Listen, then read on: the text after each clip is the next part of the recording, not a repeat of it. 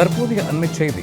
சட்டவிரோதமாக தங்கியிருந்த 26 வங்கதேசத்தினர் கைது செய்யப்பட்டிருக்கக்கூடிய அண்மை தரவுகளை தற்போது நாம் பார்த்து வருகிறோம்.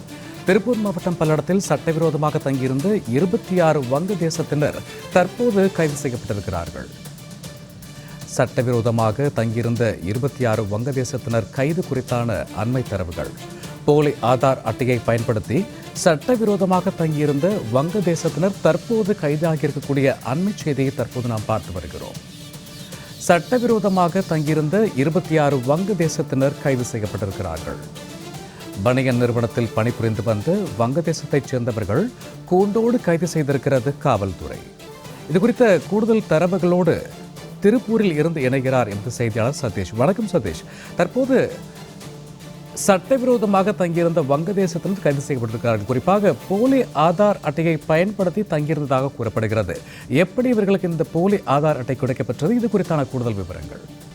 வணக்கம் சூர்யா. திருப்பூர் மாவட்டம் முழுவதும் அதிக அளவில் வங்கதேசத்தினர் போலி ஆதார் அடையாள அட்டை பயன்படுத்தி சட்டவிரோதமாக தங்கி பல்வேறு பணியின் நிறுவனங்களில் பணியாற்றி வருவதாக திருப்பூர் மாவட்ட கண்காணிப்பாளர் அலுவலகத்துக்கு ரகசிய தகவல் கிடைத்தது. இதையடுத்து கியூ பிரான்ச் காவல்துறையினர் மற்றும் திருப்பூர் மாவட்ட கண்காணிப்பாளர் சிறப்பு தனிப்படை போலீசார் மாவட்டம் முழுவதும் தீவிர தேடுதல் வேட்டையில் ஈடுபட்டு வந்தனர். இந்நிலையில நேற்று இரவு திருப்பூர் மாவட்டம் பல்லடம் அருகே டிகேடி மில் பகுதியில் இயங்கி வந்த தனியார் நிறுவனம் உரிய ஆவணமின்றி வங்கதேசத்தினர் தங்கி இருப்பதாக கிடைத்த ரகசிய தகவல் அதையடுத்து அங்கு தீவிர சோதனை மேற்கொண்டனர். இந்நிலையில் போலி அடையாள அட்டை பயன்படுத்தி 26 வங்கதேசத்தினர் நிறுவனத்தில் பணிபுரிந்து வந்தது தெரிய வந்தது. அவர்களை கைது செய்து பல்லடம் காவல் நிலையம் அழைத்து போலீசார் விசாரணை தற்பொழுது மேற்கொண்டு வருகின்றனர்.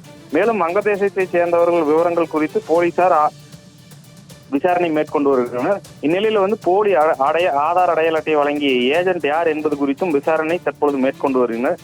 இதுவரை 26 பேர் கைது செய்த நிலையில மேலும் கூடுதலாக பலர் கைது செய்ய இருக்கலாம் என போலீஸ் தரப்பில் தெரிவிக்கப்பட்டுள்ளது. சூர்யா, பல்லடத்தில் போலி ஆதார் அட்டை மூலம் தங்கியிருந்த வங்கதேசத்தினர் கைது குறித்த கூடுதல் விவரங்களுக்கு நன்றி சதீஷ்.